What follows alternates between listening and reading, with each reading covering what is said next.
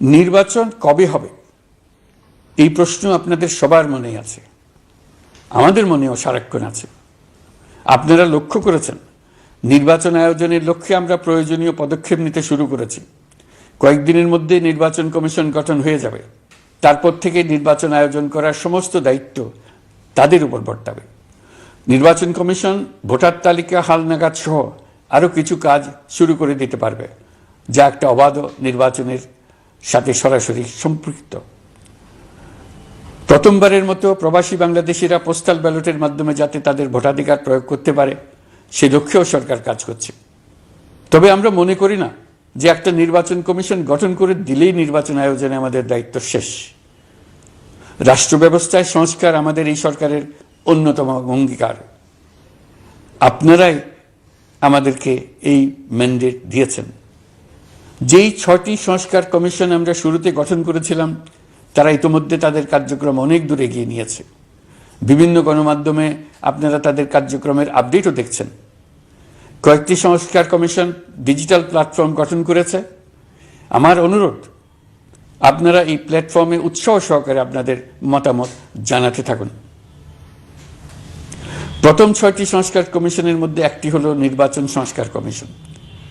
নির্বাচন অনুষ্ঠানের জন্য এই কমিশনের সুপারিশমালা অত্যন্ত জরুরি। তাদের প্ল্যাটফর্মে যান, আপনার মতামত খোলাখুলিভাবে তুলে ধরুন। আপনি দেশের মালিক, আপনি বলে দিন আপনি কি চান, কিভাবে চান।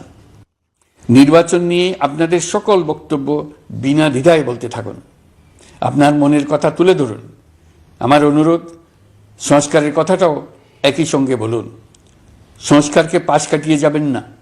নির্বাচনের কথা বলার সঙ্গে নির্বাচন ও অন্যান্য ক্ষেত্রে সংস্কারের কথাটিও বলুন। সংস্কার হলো জাতির দীর্ঘমেয়াদী জীবনী শক্তি। সংস্কার জাতিকে, বিশেষ করে আমাদের তরুণ তরুণীদের নতুন পৃথিবী সৃষ্টির সুযোগ দেবে। জাতিকে বঞ্চিত করবেন না। নির্বাচন আয়োজনে যে সংস্কার কমিশনের সুপারিশমালায় রাজনৈতিক দলসমূহ এবং দেশের সকল মানুষের মতামত অপরিহার্য, সেই কমিশন হলো সংবিধান সংস্কার কমিশন। এই সুপারিশমালার যে অংশ সকলের কাছে গ্রহণযোগ্য হবে তার ভিত্তিতে নির্বাচনী আইন সংশোধন করতে হবে। সমান্তরালভাবে ভোটার তালিকাও হালনাগাদ করার প্রক্রিয়া চলতে থাকবে। আমি নিশ্চিত নই সংস্কার প্রস্তাব সমূহ বাস্তবায়নের সুযোগ আমরা কতটুকু পাব। তবে আমি আপনাদের কথা দিচ্ছি, আপনারা সুযোগ দিলে প্রয়োজনীয় কিছু অত্যাবশ্যকীয় সংস্কার কাজ শেষ করেই আমরা আপনাদের কাঙ্ক্ষিত নির্বাচন আয়োজন করব। ততদিন পর্যন্ত আমি আপনাদের ধৈর্য ধারণ করার অনুরোধ করব। আমরা চাইব আমরা যেন এমন একটি নির্বাচন ব্যবস্থা সৃষ্টি করতে পারি যা যুগ যুগ ধরে অনুসরণ করা যাবে।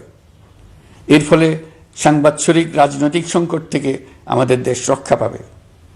এই জন্য প্রয়োজনীয় সময়টুকু আমি আপনাদের কাছ থেকে চেয়ে নিচ্ছি। নির্বাচনী সংস্কারের সিদ্ধান্ত হয়ে গেলে খুব দ্রুত আপনারা নির্বাচনের রোডম্যাপও পেয়ে যাবেন।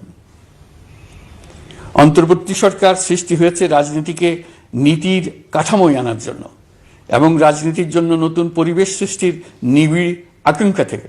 এই আকাঙ্ক্ষা পূরণ করা থেকে জাতিকে বঞ্চিত করবেন না। নির্বাচনের ট্রেন যাত্রা শুরু করেছে, এটা আর থামবে না। কিন্তু যেতে যেতে আমাদের অনেকগুলো কাজ সেরে ফেলতে হবে।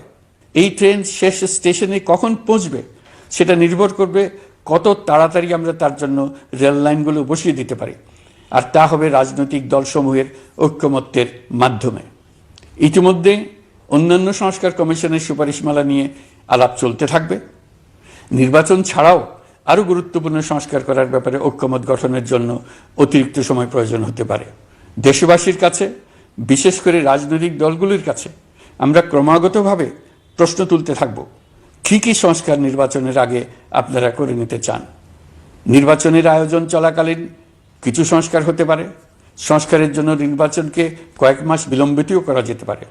আমরা 2 দিন পরে চলে যাব, কিন্তু আমাদের মাধ্যমে জাতির জন্য যে ঐতিহাসিক সুযোগ সৃষ্টি হলো সেই সুযোগটা যেন কোনো রকমই হাতছাড়া করে না দিই, এটার ব্যাপারে দৃঢ় থাকার জন্য আমি দলমত, নারী পুরুষ, ধর্ম, তরুণ, বৃদ্ধ, ছাত্র, ব্যবসায়ী, শ্রমিক, কৃষক নির্বিশেষে সবার কাছে আহ্বান জানাচ্ছি। আশা করি আপনারা আমার এই আবেদন গ্রহণ করবেন।